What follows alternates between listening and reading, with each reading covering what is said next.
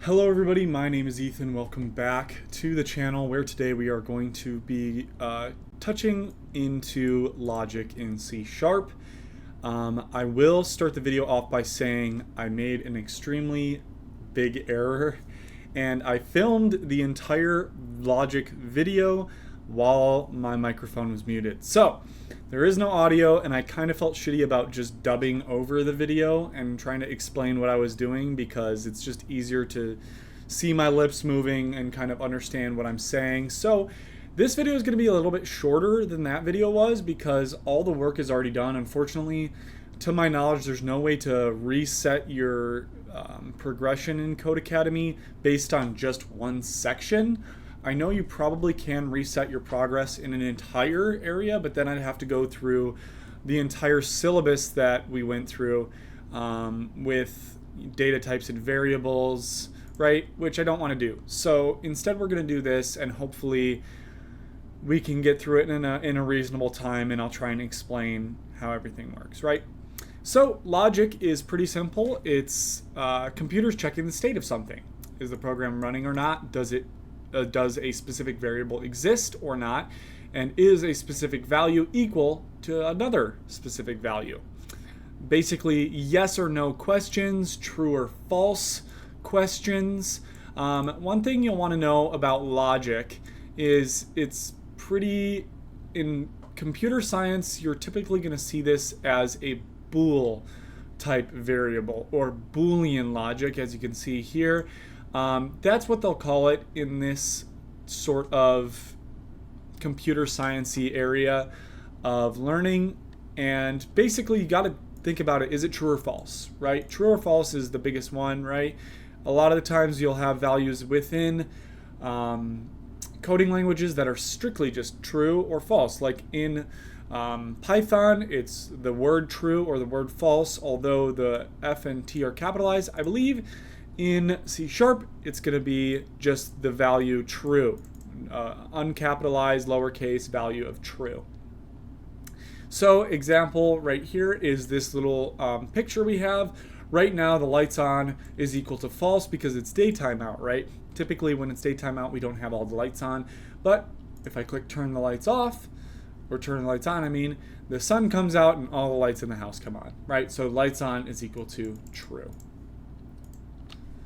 So let's talk through Boolean data types. So we talked about data types earlier and variables when we talked about data types and variables. Boolean is just one of them. And we kind of write it like this. So we specify the variable name, give it its type. It's going to be type bool. And then set it equal to either true or false. So you can see the couple examples that I did here. Sorry about that. We'll say it'll ask us a question saying true or false. The number 500 is greater than 21, and we're going to set it to answer 1, right? So in this case, we set the variable name answer1 with the Boolean data type equal to true. So that's kind of how that works. The second question was, does the word coffee contain the letter A? Well, obviously it doesn't. So we're going to set a Boolean variable of answer2, name answer2, equal to false. So next we have some comparison operators. When writing a program, we often check to see if a value is correct or compare two values. Comparison operators allow us to compare values and evaluate their relationship. Rather than evaluating to an integer, they both evaluate to Boolean values. Expressions that evaluate to Boolean values are known as Boolean expressions.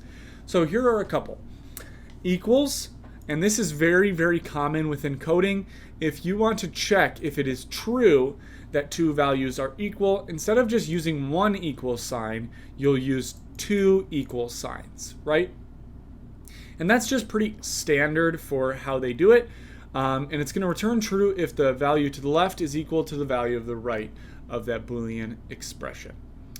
Next we have an equality operator, and this is basically the opposite of this equal sign. Whenever we want to see if they're not equal to each other, we'll throw an exclamation point in front of an equal sign to check if the values are not equal. Then we have our very common ones that you've seen since you were growing up in math, less than and greater than. But here are some pretty interesting ones. We have less than or equal to and greater than or equal to. Typically, when you see a, and of course it Google searched MS Paint, typically when you see and I look radioactive right now, but typically when you see it in math, it'll look something like this. So this would be a less than or equal to, or A, right, is less than or equal to B. Obviously, we cannot stack these variables on top of each other. We can't stack that. I guess it wouldn't be a double equal, sorry. It would just be this, right? We can't stack it. So what we instead do in coding is we put it right next to each other in the same line of code. So we'll get A is less than or equal to B. And it is the exact same when we do greater than or equal to. We'll do greater than or equal to, and then we would say A is greater than or equal to B. So we can now go through and kind of get an answer here. If we look at this example, they have a variable named answer set equal to 3 is less than 75, and it's a boolean answer. So it's going to return and print out a value of true because 3 is in fact less than 75. In addition to comparing integers, we can also compare variables, strings, and even boolean values. So for example, we have a variable named answer that is of the boolean data type, and it's equal to this value of true is equal to false. So obviously true is not equal to false. So when we use the console write line command to print out answer, it's going to print false. So then we have a nice little problem here. So we are driving to our family's house for the holiday and want to get there before dinner. Dinner begins at 6 p.m. and the house is 95 miles away. So first we're going to create a double variable named time to dinner and save the difference in hours between 2 p.m. and 4 p.m. Well, obviously that's a difference of 4 hours. So you can see up here, I've created a double variable that is known as time to dinner, and I've set that equal to the value of 4. In step 2, I saved the value of 95 to a double named distance, as you can see right there, and did the same thing for a value named rate, a variable named rate, sorry. We can calculate how long it will take us by dividing the distance by the rate right out of the expression and save it to a variable named trip duration. So we have a double variable, double variable named trip duration, and we have divided the value of distance by the variable, of rate, variable of rate. I don't know why I keep saying valuable. Let's create now a bool variable named answer and save the appropriate comparison that checks if trip duration is less than or equal to time to dinner. So we have the bool variable named answer that is comparing is trip duration less than or equal to time to dinner, and we're going to print line or write line our answer, print it out to the console basically. If we run this, it should print out true. And yes, it does. If we want to deep dive into this, if we divide 95 by 30, we'll get 3 and 3.15 or something like that, because it'd be 5 out of 30, and so that is less than or equal to 4, so that means we would make it to dinner, right? So next thing we're going to learn about is truth tables. We can also use operators that use Boolean variables. Oh my gosh, Boolean values, I can't talk today guys, as inputs and output. Logical operators, also known as Boolean operators, can be used to create Boolean expressions. So here are 3 that are very, very important that you may use quite a lot. The first one is and the syntax for and is going to be this double ampersand sign. Both expressions are evaluated and will return true only if both expressions evaluate to true. Otherwise, it will return false. We have a or variable, which is these 2, I call them straight bars or tall bars, whatever you want to call them. Both expressions are evaluated and will turn true if at least one of the expressions evaluates to true. Otherwise, it's going to return false. Next, we have a not expression. It's an expression, no matter its logical value, will evaluate to the opposite. What is true becomes false, and what is false becomes true. So let's look at the 3 examples here. First, we'll look at the and example variable. It's a boolean, obviously. In this case, it's 4 is less than 1, or 4 is greater than 1, sorry. That's obviously true. And 2 is less than 7, also true. Because both of these statements are true, and we're evaluating it using the and, it's also going to return to true, right? Let's look at the or example. In the or example, we have 8 is greater than 6, which is true. But we also have 3 is greater than 6, which obviously is false. But since we're using this or operator, we're going to say this is true or this is false. So if any of them are true, basically, it's going to evaluate to true. So as you can see right here, it does evaluate to true. Finally, we have our not example. So we have 1 is less than 3. That's obviously evaluating to true. But since we throw this exclamation point in front of it, it flips it and makes it the opposite. So instead of it being true, it's going to evaluate to false. Because if you think about it, it's saying not true, right? So not true evaluates to false, right?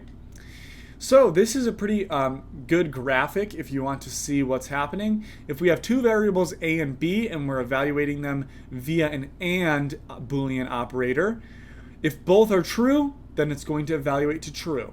If only one is true, it's going to evaluate to false. If only one is true, it's only going to evaluate to false. And obviously, if both are false, it's going to evaluate to false. It's kind of the opposite with the OR operator, only on these two, obviously, right? If both are true, obviously, it's just going to evaluate to true. If one is true and one is false, then it'll evaluate to true. If one is false, one is true, it's going to still evaluate to true. The only way that it evaluates false is if both variables A and B are false. Finally, in a not, a true value of A will result in a false value of not A, and a false value of A will result in a not, or a true, I was about to say not false, but true value of not A.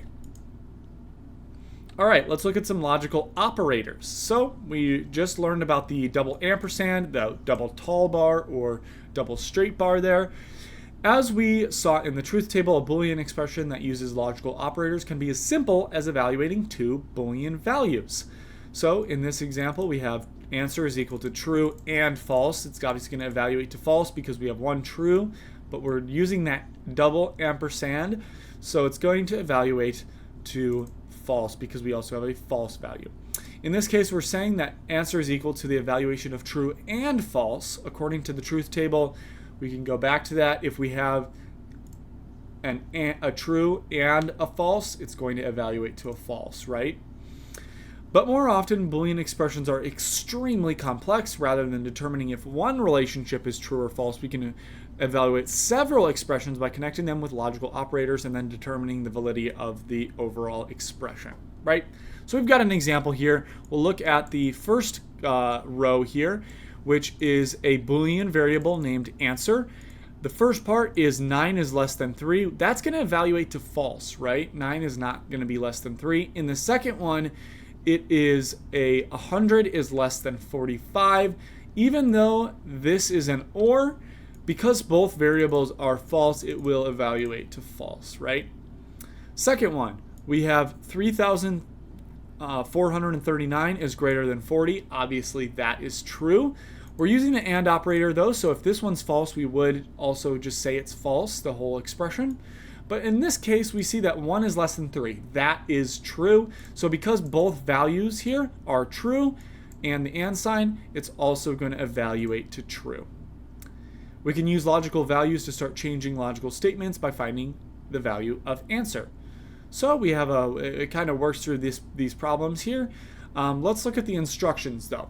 You and your friend are planning a trip together and decide where to go. You have a specific criteria that you need to fulfill. If you personally want to have a beach and a city wherever you go.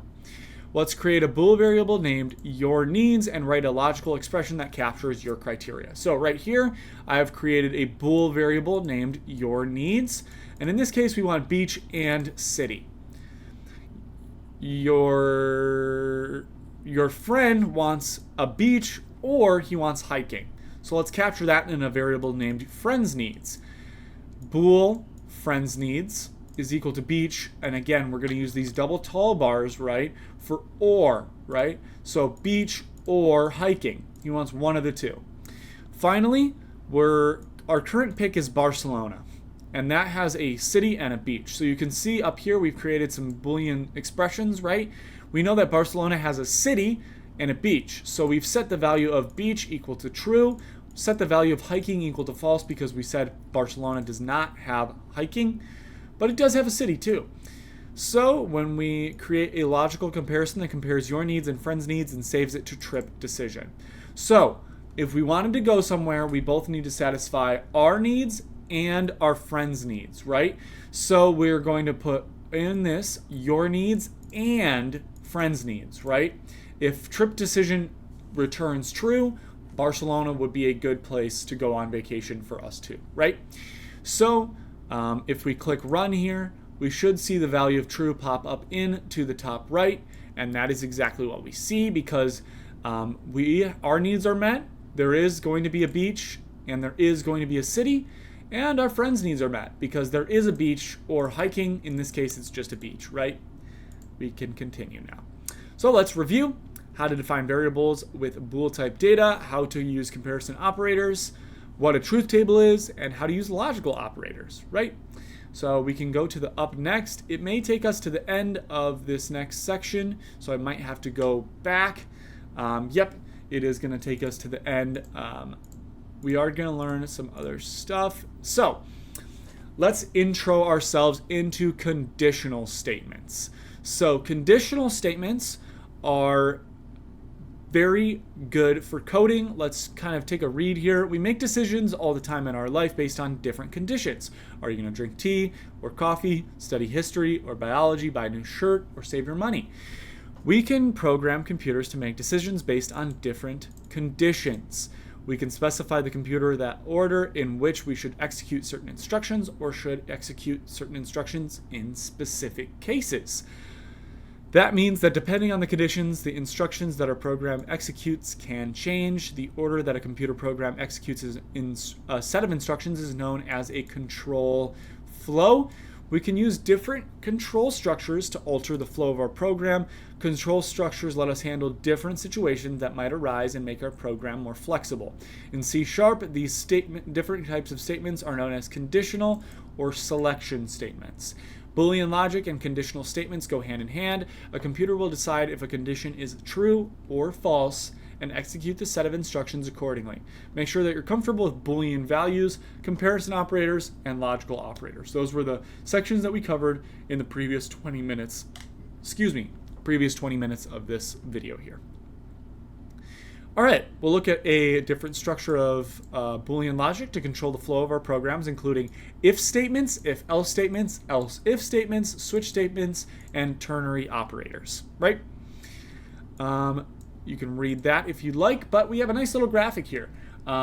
If we make a public profile, we have two options here, make a public profile or make a private profile. So we're going to start here. We're going to make a social media post here. Is the post public or private? So if we want it to be public, we're going to show the post text, which in this case, we're saying Cody posted 1 hour ago, day 82, created an interactive sketch with JavaScript. Check out my blog, 100 Days of Code. And end, right? If we restart here, and instead we're going to try and make our profile private, we're going to say, is the post public or private? This time we're going to hide the post text, right? Kind of a different little area. We make some decisions here. That's kind of the idea of conditional statements. Okay, let's continue into if statements. Conditional statements are the most commonly used control structure. Oh my God, I cannot speak today. The most commonly used control structures in programming. They rely on the computer being able to reason whether conditions are true or false. The most basic conditional statement is an if statement. An if statement executes a block of code if the specified condition is true. In C#, we write a statement using the following syntax. We write an if statement. So, we'll first create a variable, a string variable named color that will set to the value or the string blue. We're going to now create a if statement saying if color is equal to blue, then if that condition is correct or true, it will execute this block of code. So again, this is a comment, right? So this code of block will execute only if the color of value is equivalent to the color blue. And if it's blue, it's going to put a line of code into the terminal that says color is blue, right? In this example of our if conditional statement, checks to see if the value of the variable color is equivalent to the string blue. Since it is, it will execute the block of code and print the string color is blue to the console. If color equals another value or was null, the program skips over the block and moves on towards the next instruction. When writing an if statement, make sure to pay attention to parentheses. We put parentheses around our conditional statement. Braces, that's going to be our code block right here. So whatever's in between these braces is the code block. Finally, the indentation. Inside that code block, we indent over to make sure we know what is actually being executed within the code block. So you take your laundry to the laundromat once you have exactly 3 pairs of socks or less in your sock drawer, right? Write an if statement to check whether or not it's time to take the laundry in. Leave the code block empty for now. So again, I've wrote the code already, but we have a variable called int, and it's known as socks. Right now we have 6 pairs of socks, right? We're saying if the variable of socks is less than or equal to 3, we are going to execute this block of code. In this case, if the condition is true, have it print time to do laundry to the console, right? So console.writeLine, time to do laundry. Now try and change the value of socks to 6. What happens this time? If we run this code, it should print out nothing into the console. But instead, if we were to change this variable and enter in a 2, we would see that we would get time to do laundry printed into the console. So it checks that variable socks. If it's less than 3, it's going to print out whatever is in this code block, right? It's going to execute this code. Next, we'll check out if-else statements. What if we want another set of instructions to execute the condition, or execute if the condition is false? An else clause can be added to an if statement to provide code that will only be executed if the condition is false. In C#, we write an if-else statement using the following syntax. So, in this case, we have a string variable named color, and that is going to be set equal to the value or string of red. If color is equal to blue, we'll write out console.writeLine, color is blue. Else, if the color is not blue, we will write out color is not blue. So we're saying if this if statement comes back false, it will run this else statement instead. In this example, we're still checking to see if color equals blue. However, this time we also added a second code block that will execute if the result of color equals blue is false. Since color equals red this time, it will skip the first code block and execute the second code block before moving on with the rest of the program. When writing an if-else statement, make sure to pay attention to else follows if. In an if-else statement, the else statement and its corresponding code needs to follow the if statement and its code block. Number of code blocks, make sure that you include an else statement, that you include a code block with it. So we can't just write else and have nothing there. We have to have a code block with it. You're deciding where to go for lunch. If the line isn't super long at Salad Mart, 10 people or less, and the weather is nice, you'll go there. So we're going to write an if statement. First, we have 2 variables here, people and weather, right? For the if statement, if people is less than or equal to 10 and weather is equal to nice, we're going to go to Salad Mart, right? And then we're going to add a else statement that prints out soup and sandwich if this is not true, right?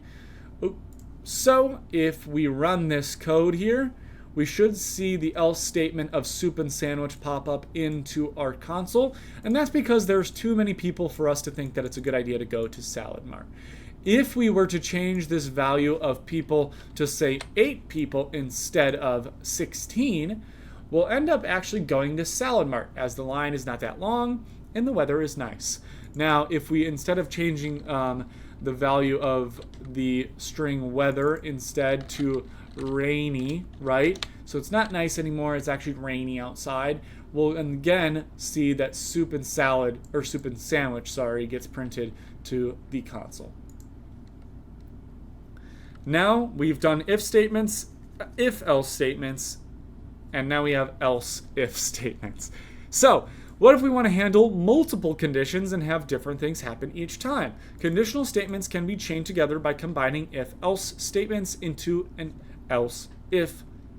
After an initial if statement, if one or more else-if blocks can check additional conditions, an optional else block can be added to the end of the case, or at the end, to catch cases that do not match any of the conditions. In C#, we write if-else-if statement using the following syntax. So we want multiple conditions. What if we want to go to a different place depending on what day of the week it is, right?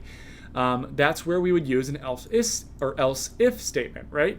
Like, for example, if it's Monday, we'll go here. Else if it's Tuesday, we'll go here. Else if it's Wednesday, we'll go here. So on and so forth. So in this one, we have, again, this kind of color string variable that is known as red. If the color is equal to blue, we'll write colors blue. If the color if the color is equal to red, we'll write color is not blue. Else color is not blue or red, right?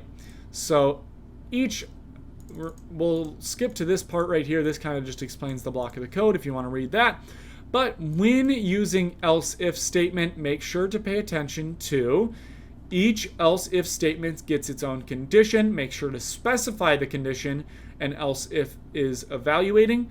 Just like an if statement, this condition goes into parentheses, and if true, will execute what's in the code block.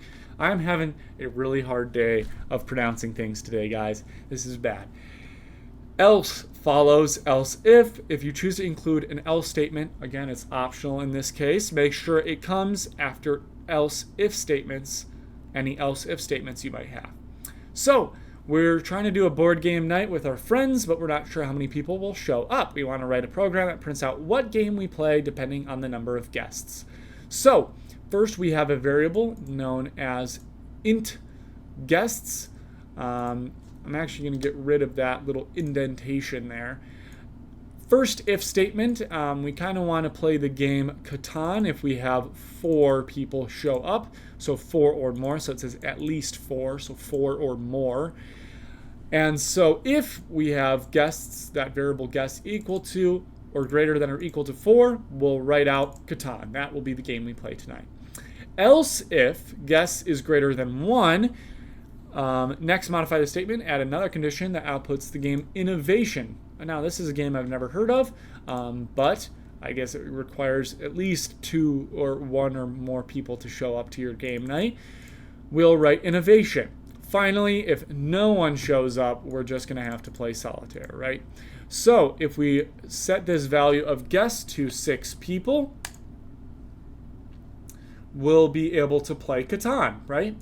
Now, if we set the value of guests equal to, instead of 6, we'll do 3 instead here.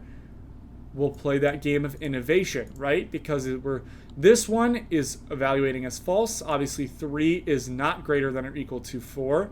So then it'll go down to the next one, and it'll check this one. So is 3 greater than or equal to 1? Yes, it is. So we will go into this code block and execute this code block, right?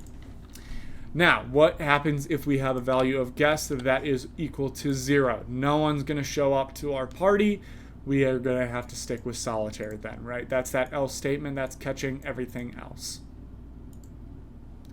Switch statements. So switch statements are very, very interesting. In this case, I am going to probably delete this so you can see me write it out. But yeah, we'll go on to switch statements. Using multiple else-if statements can get quite unwieldy pretty quickly. Imagine writing an else-if statement for every possible number of guests, and you invited 20 people. You'd have a lot of writing and repetitive code, which is hard to read and prone to errors. If it's necessary to evaluate several conditions with their own unique output, a switch statement is the way to go. Switch statements allow for compact control flow structures by evaluating a single expression and executing code blocks based on a matched case. Are you sitting slightly out of frame, boy? Get in frame. I was pretty sure I put you in frame nicely, but now you're nicely in frame. You were still in frame. If you weren't, that would have been really sad. Let's keep going. If it's necessary to evaluate several conditions, a switch statement is the best way to go. So here is the ideal variable or kind of syntax, what we want. So first we have a string variable named color. We haven't set the value of color equal to anything yet, but we'll have a switch statement based on the variable color. We'll open it up with these parentheses you can see here, and we'll use this little this kind of word case to say if the case is that the string variable color is equal to blue, then we'll execute this one and then break the cycle, right? Because we don't want to keep checking if all these cases are true, right? We want to break out of the cycle once we are done checking if a value is true, right? So say that we originally set this value of color equal to red. Well, we'll first check if it's blue. Obviously it's not. Then we'll go down and check if it's red. If it's red, it's going to execute this code and break. The reason it breaks, we don't want to run this case green. We already know that it's red, so get us out of here, right? The only way that we would ever want to go down all the way to green is if the actual thing is green. Now, say that the color is black. Well, we'll check this case, nope. Check this case, nope. Check this case, nope. And that's why we have this default catch-all called default. And in this case, we can put something in here that says maybe this color doesn't match anything we know. But in this case, we just have it saying break. We're done with the code. In this example, the program checks to see what value of color equal. You can read this, obviously, but this is the most important. When using a switch statement, make sure to pay attention to cases, which are obviously these right here, braces, which is obviously the kind of squiggly lines that we have, colons distinguish the case, right? We have the break statement that gets us out of each one, so each case code needs to end with a break keyword, and then default. Every switch statement needs a default case. So let's go through this and hopefully we do well. So first, create a string variable named genre. So I am going to just rewrite this one, as this one is a very important one that can be a little tricky to get. So first, create a string variable named genre. So first, again, we'll create that string variable named genre, and we're going to set it equal to the value of horror. Oop. Next, we're going to create a switch statement using genre, right? And I think this is this. Oh, no, I'm lying. I just have a couple extra things there. Yeah, that's how it should look. So next we're going to create a switch statement. So that's using that keyword of switch, right? And we put in our variable that we want to kind of go through, right? Which in this case is going to be that genre variable. Then we're going to use the squiggly lines to open it up. We're not going to add any cases to the code block yet. Next, we are going to add the following movie genres as cases to the switch statement. Make sure to also add a default case and add a break statement to each case, right? So we'll obviously remember our indentation, and we'll start by adding the case of the value of genre being equal to drama. And we do have to remember the colon. And when we do that, we are going to add another bit of indentation in the case where it's break. Next, we're going to do a second case, and we're going to just kind of go down the line here, adding another one called comedy with another break statement. Third case we want is an adventure case, where we are going to remember all of our good syntax, adding that colon there. That is very important when we are writing case statements, as well as the break. fourth case, in this case, there we go, in this situation is going to be the case that it is a horror movie. Finally, the last one that we have is a science fiction movie. And again, we are just going to add break, remembering our indentation. And finally, we always have to add a default case where we are going to just break as well. So this is how our switch is kind of set up, but we want that to do something. Currently, what our switch statement does is it'll run through, check it, and then just break out once we find it. There's actually no real code that's being executed here that we will be able to, or the user will be able to interact with. So now we're going to add a console write line to each one of these switch statements, or each one of these cases, and we're going to print out a movie based on what genre. So, for example, in this one, we are going to add a console.writeLine, and I'm going to just do this really quick, copy and paste the console.writeLine, just because I know I'm going to be doing it a lot. But we are going to print out the movie Citizen Kane. Second one, again, remembering our indentation here, we are going to write out for comedy a movie called Duck Soup.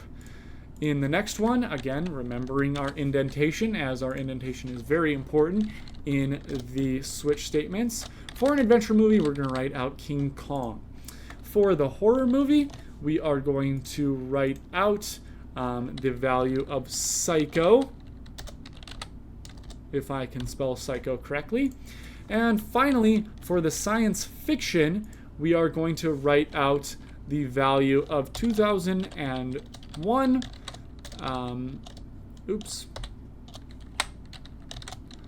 A Space Odyssey. Right. And I don't think I spelled that right. Only one E. Cool. So now that we've done that, let's turn this into something the user can make out. Swap out horror for command.readline. So instead of this horror up here, we'll do a console.readline. And we'll type, we'll run this obviously, and then we're going to type .NET run. And in this case, it's going to say type names error CS1. So it says it's in line 40. C# selection, end of file, type or namespace definition. It's always good to check and see what we're doing wrong. Do I have a... I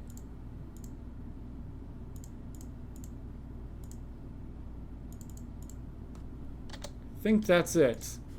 I think I did end up leaving an extra parenthesis in. Or an extra squiggly line in is, I think, what I did wrong there. Yep, so that's what I did wrong. Ended up, if you remember at the beginning, I kind of moved it down there. But instead, we're going to select a genre here. In this case, I'm going to select comedy. And comedy is going to give us that recommendation of the Duck Soup movie. If we go here, maybe we can check out what Duck Soup is. 1933 film. And it looks pretty interesting. Okay, cool. I was actually scared that it was going to just pop up like the recipe for some duck soup or something like that. So glad it didn't do that. All right, last one that we're going to be learning about today is the ternary operator. The ternary operator allows for a compact syntax in the case of binary decisions. Like an if-else statement, it evaluates a single condition and executes one expression if the condition is true, and the second if the expression is otherwise false. Here is an example of a ternary operator in action. So we have a string variable named color that is set as the string blue. So string result, another variable, is going to be equal to color equal blue. We're going to use the syntax of that question mark there, and then we're going to have two parts. First one going to be blue, separated by a colon, separated by a second answer, not blue, right?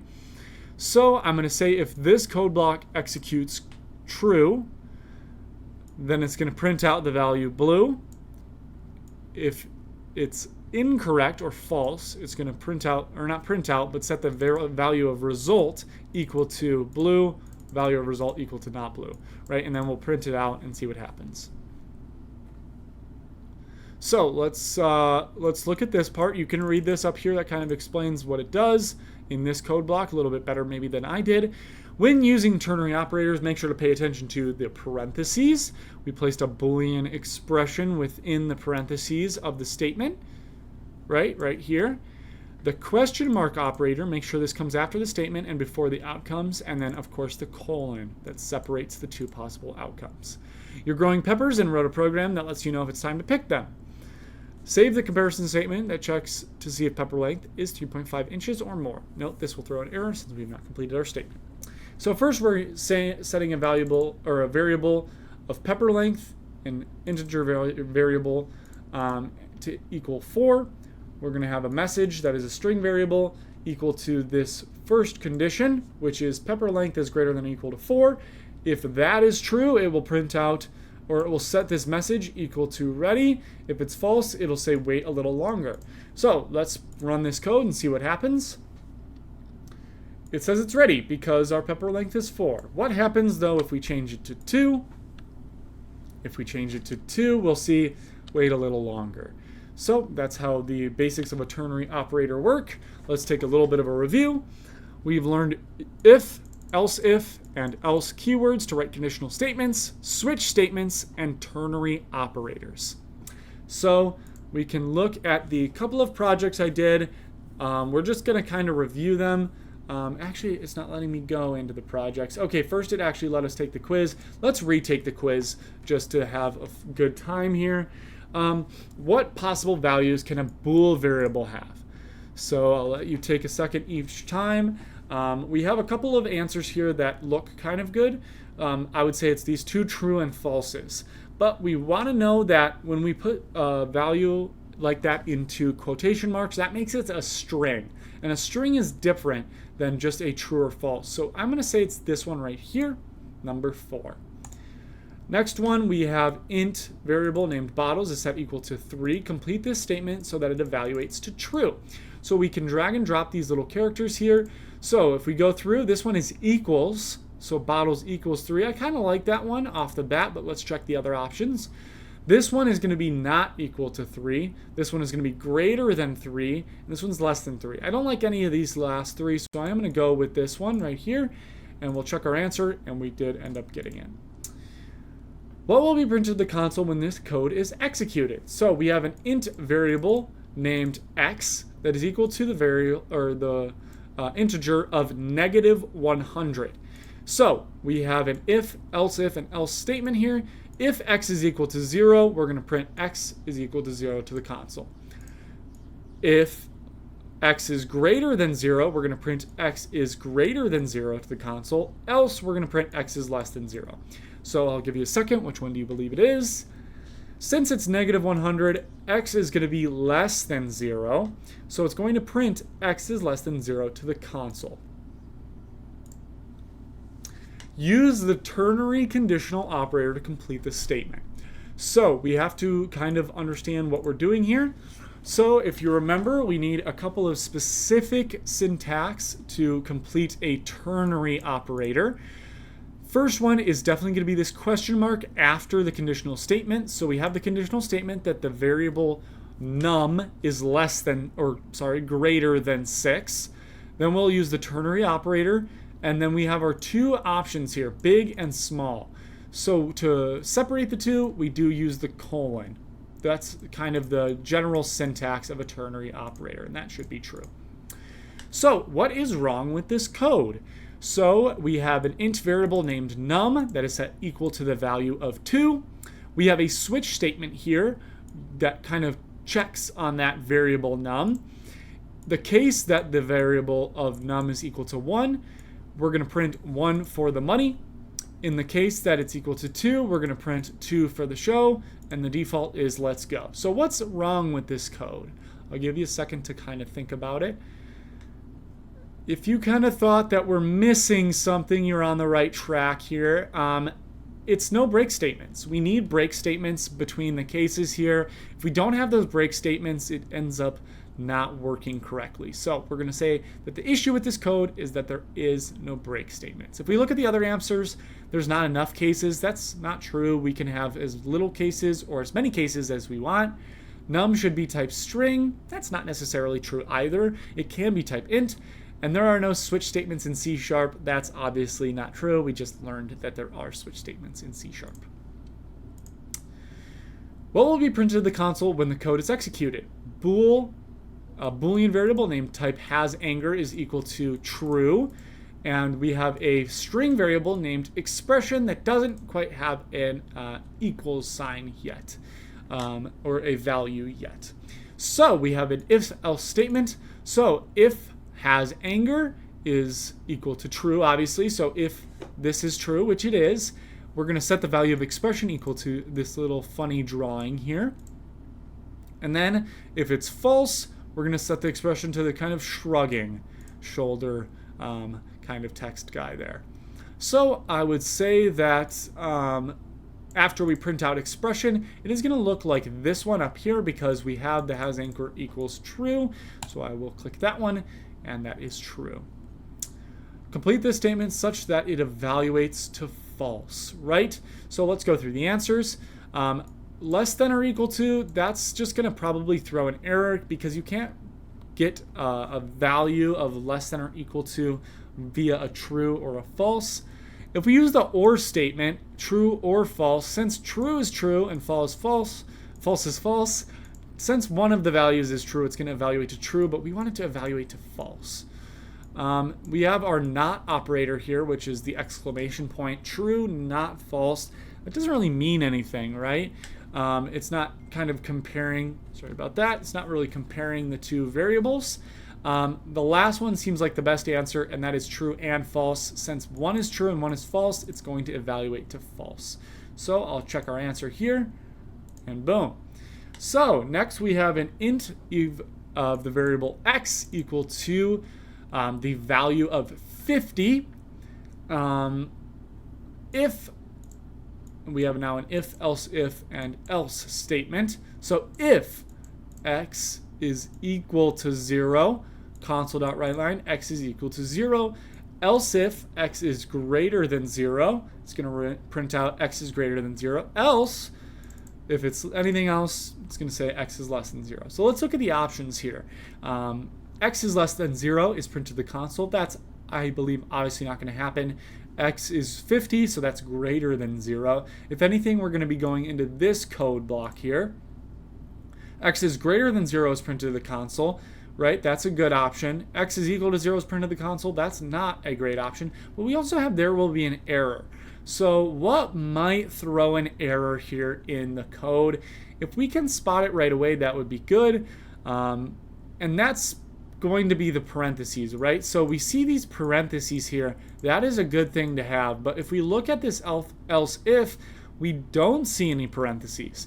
Not having any parentheses here will end up throwing an error. And if we click correct, there must be parentheses around x is greater than 0. Don't feel too bad if you chose x is greater than 0. That makes sense. You're just going to have to get used to that context or that syntax that parentheses have to be surrounding the Boolean expression within an if or else if statement.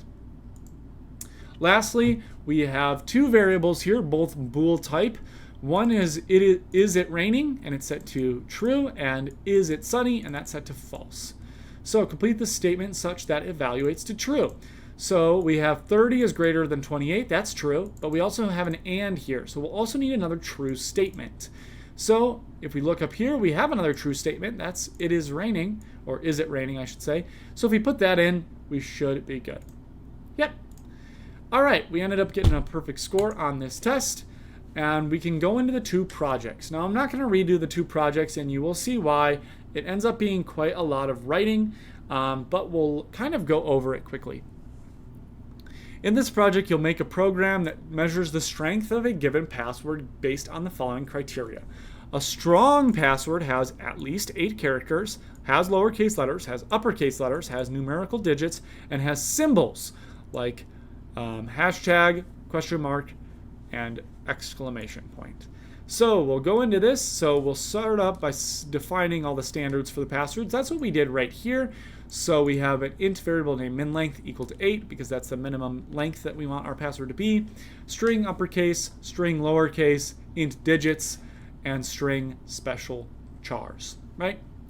So the first thing that we'll do is capture user input by putting a console.writeLine saying please enter a password, and then setting the value of a console.readLine equal to the string a variable named user password, right?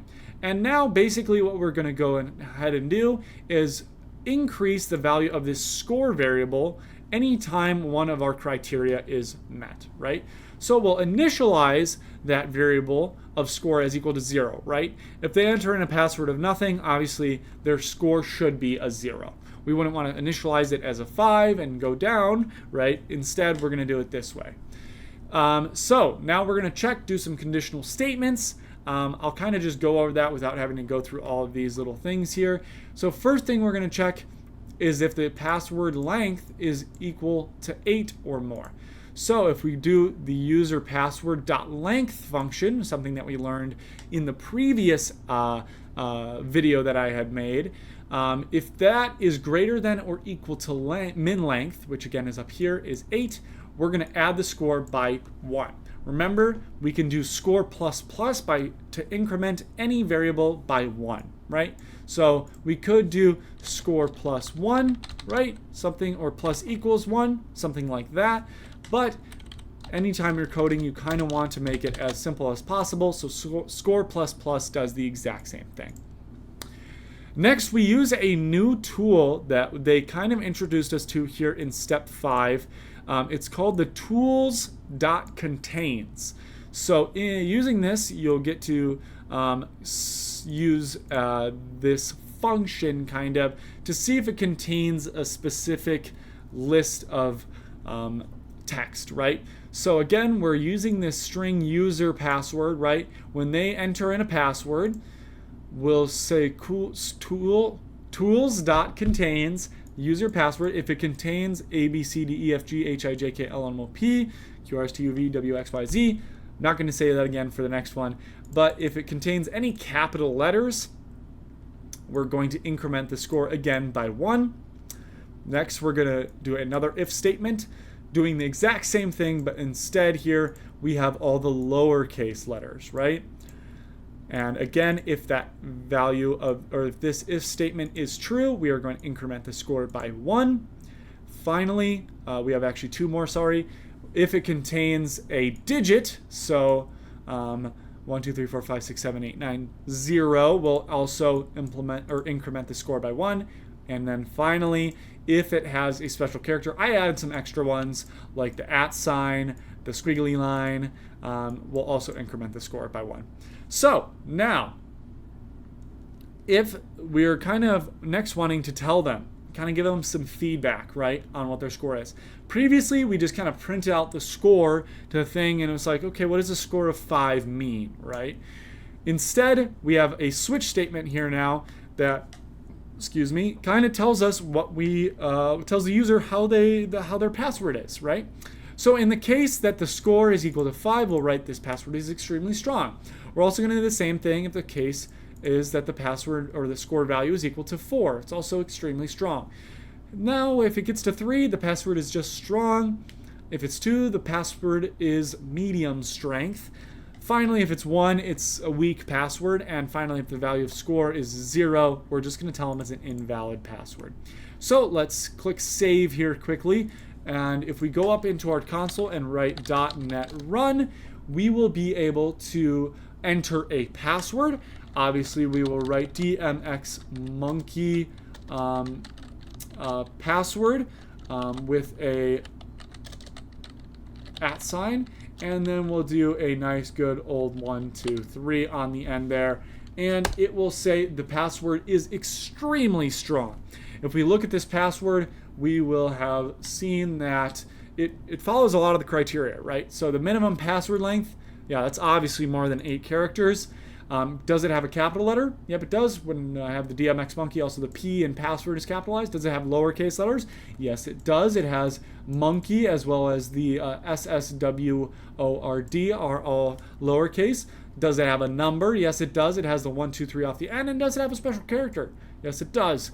It is the A or the @ sign in password, right? So let's try this again, but we're going to do a little bit worse of a password. Our first password was extremely strong. This time we're just going to do DMX monkey, right? So this password is medium strength, right? Does it pass the minimum length? Yes, it does, right? This is 9 characters, whereas the minimum length is 8 characters, right? How about lowercase letters? Yeah, sure, it does have lowercase letters. Does it have any uppercase letters or numbers or special characters? So in our system, it only got a value or score of 2, meaning it's a medium strength password.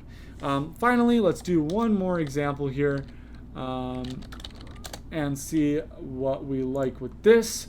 So when we enter a password here, we're just going to do DMX, and this password is weak, right? Because first and foremost, does it have a minimum length of 8? No, it doesn't. It does have lowercase letters, which is good, but it doesn't have any uppercase letters or numbers or special characters, right? So it's only got a password score of 1, right? All right, that's kind of the password checker puzzle, or not puzzle, project. Finally, and this is one that I'm not going to be rewriting because this one took a long time in the video. I'm really upset that the video ended up getting scrapped because this was good. But we do a choose your own adventure type of a game, right? And so there are a lot of instructions. I'll kind of show you. It's just a lot of writing, right? We did a lot of writing using if-else statements, else-if statements, switch statements, right? So in this case, I'll just kind of run through the program by doing .NET run. I'm going to actually restart the browser here as it is lagging just a little bit because of the previous .NET runs that we have been running. So now it should be, yep, now it's nice and crisp and clean. But first it's going to ask us our name, kind of give you a preview of how this project works. So of course we are going to say DMX monkey. Hello, DMX Monkey. Welcome to our story. It begins on a cold, rainy night. You're sitting in your room and hear a noise coming from down the hall. Do you investigate? So, should we investigate this? I'm kind of an adventurous person, so yes, we are going to investigate. You walk into the hallway and see a light coming from under the door. You walk towards it. Do you open it or knock? Ooh, that's a good question. So, I am going to take the safe way out here and I'm going to knock. A voice behind the door speaks. It says, answer this riddle. Poor people have it, rich people need it, and if you eat it, you die. What is it? So this is a pretty tricky riddle, guys. I don't know if you would be able to figure this one out. Maybe you've cheated already by checking down there. I think it's going to be the value of nothing, right? The door opens, and nothing is there. You turn off the light and run back to your room and lock the door. The end. So this was kind of a choose your own adventure one. So there was a bunch of different things. If we chose different answers, such as no, something else would happen. If we typed open instead of knock, something else would happen. If we chose something other than nothing, then yeah, something else would have happened. So that kind of gives you the idea of that one. We're not going to do the survey here. I am going to kind of show you what the next video will be. But that was kind of the conditionals. I'm really sorry that I wasn't able to do all of the typing in front of you. Hopefully this video still helped you learn a little bit more about conditionals within C#. So if I go back here, we're going to be in the next video. Hopefully I don't look radioactive right now. We're going to be looking at something called methods. Which is a very interesting thing that we will be talking about in the next video, but we covered a lot in today's video, all this logic and conditional stuff in about an hour. So I want to thank you guys so much for watching. If you did enjoy the video, please be sure to give it a like, subscribe, and I will see you in the next video. Peace out.